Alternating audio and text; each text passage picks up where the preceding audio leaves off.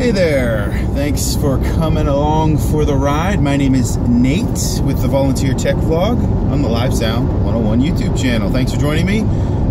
This will be a live sound report, actually a video system report, and it's not a good one. So on June 21st of 2015, I was actually out of town on vacation, but a little thing called EDID took down our whole video system. I got some secondhand reports, and I saw some emails flying around on that Sunday morning. Couldn't really do much, being down in Florida for Infocom.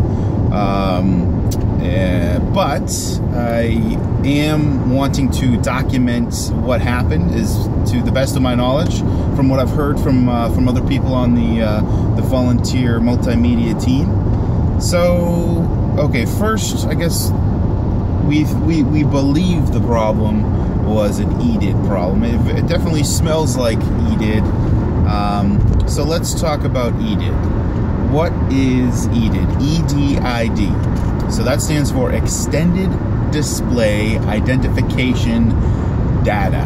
Say that 3 times fast.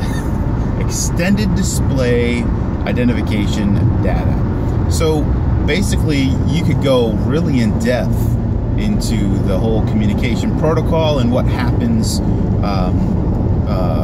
when EDID handshaking occurs, but I couldn't explain it to you off the top of my head. I have to look it all up. And what I can do is give you a brief overview about what EDID is. So basically, it's a handshaking. It's a communication between a source and a sink. So when we're talking about video technology, a source would be something like a computer and that has a video output, and a sink would be something like a display that has a video input. So you've got a source and a sink, a device with an output, a device with an input. And so EDID is basically a negotiation between the source and the sink about what the optimal resolution should be, because a computer could send out any number of resolutions and frame rates, and a display can display a number of resolutions and frame rates, but they're limited, right? So you might have a 1080p display, but you might have a computer that could, do 1080p or more. You might have a computer that could do, 1440 by whatever. Apple's got some pretty high resolution devices. And now you're hearing terms like 4K UHD that go up to, like 3840 by 2160. So making sure the resolutions is the first thing that needs to happen before video can get sent. So the source will say, hey, I can do this, this set of resolutions, and then the sink, the display, will communicate back and say, well, I can do this set of resolutions, and they will basically find the highest common denominator and say, okay, you can do 1080p, 1920 by 1080p at 60 hertz. I can do 1920 by 1080p at 60 hertz. Boom, let's do that one. Send the video. So that's the basic theory about how EDID works. Okay. So what was the problem on Sunday morning? So the problem on Sunday morning was that when the operator, the video operator, person doing slides, running ProPresenter, sat down to log into the system, the login screen was not on there, the typical display. So normally you've got a 2-screen system where you've got kind of like a hidden display that's like a workspace, and then you've got your presentation display, or your live display, which is what gets mirrored and duplicated and goes into our video subsystem and gets distributed around the building. And we've got a video distribution amp that can do that. So you've got 2 displays. So the operator sat down, and the login screen was not on the right screen. So somehow the primary video source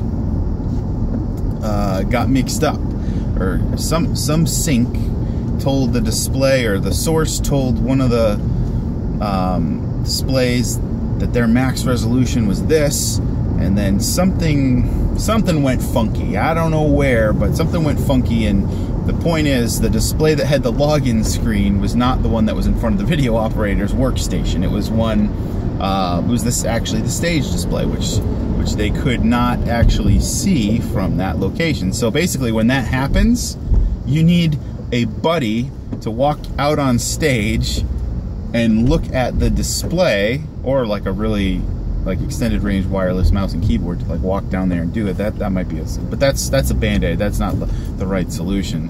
So you need somebody to communicate and say, hey, am I moving the mouse over the right place? Yeah, you've moved the mouse over the right place. Okay, can I click enter? Yeah, click enter now. Okay, can I type my password? Yeah, type it. So it becomes, I don't know if I'm explaining that well, but anyway, it becomes a big hassle to try to do. And apparently, this has happened before. It's never happened when I've been able to observe it, but randomly this will happen, and it definitely smells like an EDID thing.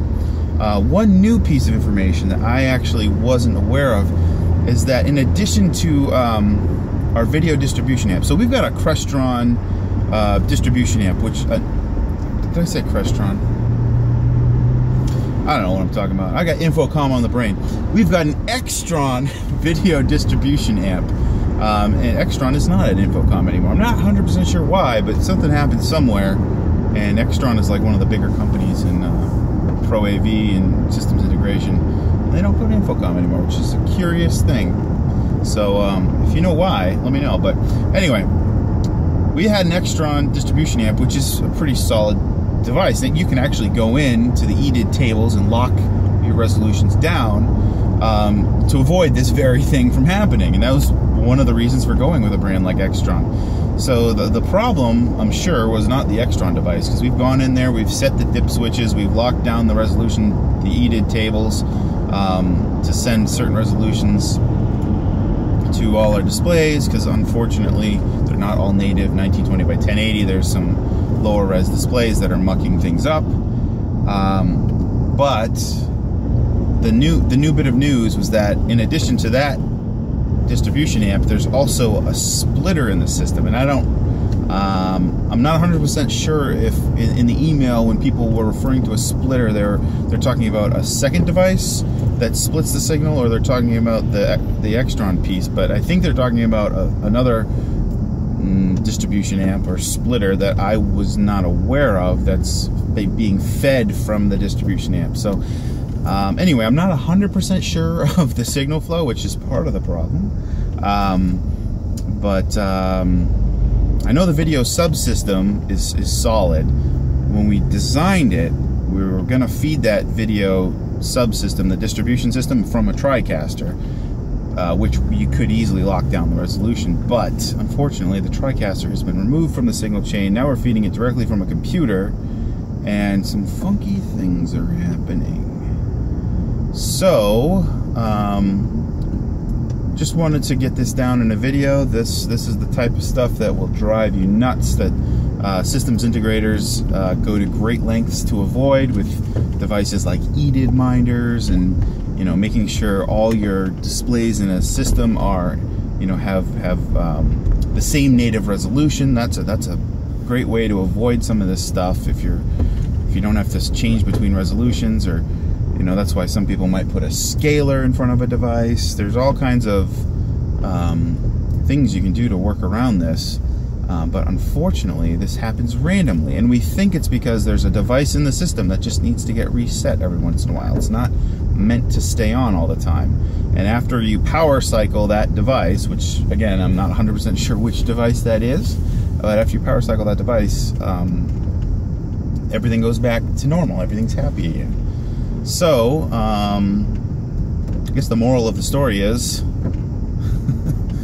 I don't know, there is no, the moral of the story is crazy things can happen. So make sure you design the systems as simple as possible and think through your resolutions. Anyway, I hope you found this video helpful. It's definitely going to be helpful for me to go back and remember what happened. I will see you in the next video.